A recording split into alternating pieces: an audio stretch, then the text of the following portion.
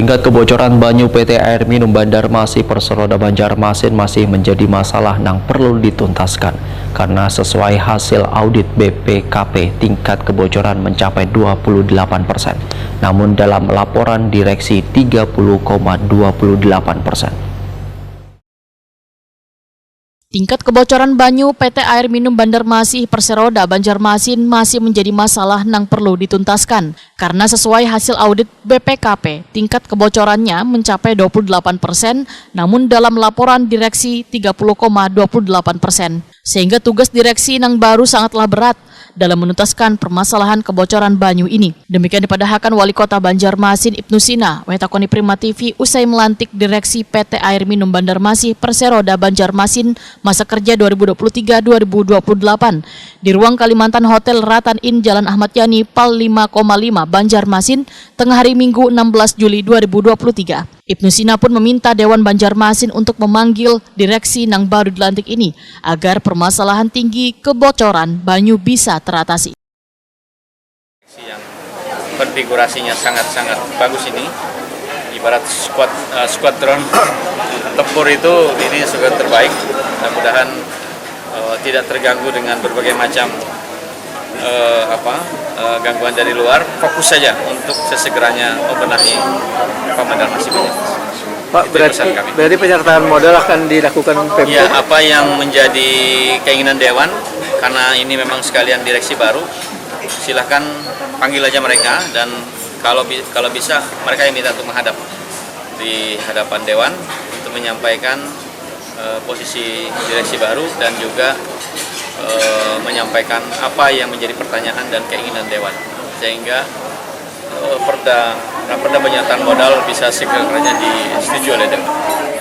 Wakil Ketua DPRD Banjarmasin, Muhammad Yamin menyatakan raperda penyertaan modal PT Air Minum Banjarmasin Banjarmasin sudah disampaikan pada rapat paripurna. Direksi yang baru ini pun diminta untuk mengkoordinasikannya dengan unsur pimpinan Dewan untuk menyampaikan terkait dengan seat plan one program ke depan. Menyampaikannya kawan-kawan nantinya setelah yang namanya RDP, rapat dengan pendapat dengan kawan-kawan di Dewan, dengan direksi atau bagian PDAM. Nah, ini nanti kita akan menilai apakah memang layak untuk mereka diberikan penyertaan modal.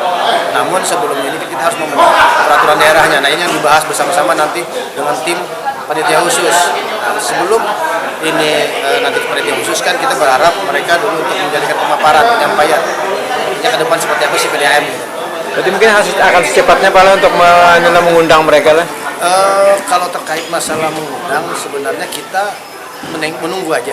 Kawan-kawan di DPR ini menunggu langkah-langkah dari direksi yang baru nanti, yang sudah baru dilantik. Apakah mereka memang membutuhkan penyertaan modal, apakah tidak? Kalau mereka menyatakan memang membutuhkan penyertaan modal, pasti mereka akan komunikasikan dengan kawan-kawan di DPR ya. Artinya mengomunikasikan sesegeranya untuk bisa kita realisasikan ataupun yang namanya pembentukan peraturan daerahnya tadi dibahas di DPRD bersama-sama. Ya memang kalau perlu yang tergantung direksi yang baru kan, langkah-langkahnya. Kalau kawan-kawan di DPR, saya pikir mereka akan menunggu aja. Direktur Utama PT AIM Banjarmasin Muhammad Ahdiyat menyatakan kebocoran diakibatkan pada kondisi fisik perpipaan. Program yang akan dilakukan mengatasi kebocoran ini, pendanaannya diharapkan adanya penyertaan modal dari pemerintah kota Banjarmasin.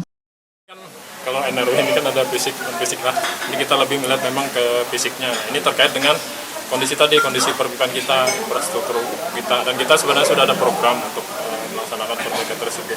Nah, pendanaannya tidak menutup kemungkinan dari penyertaan modal, harapannya seperti itu.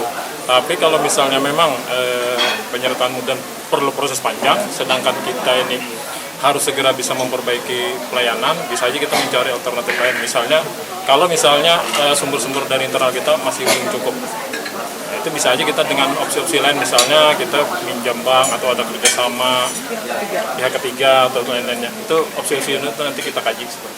Kalau memang penyertaan modal berarti akan ke Dewan lah Pak untuk ini ya?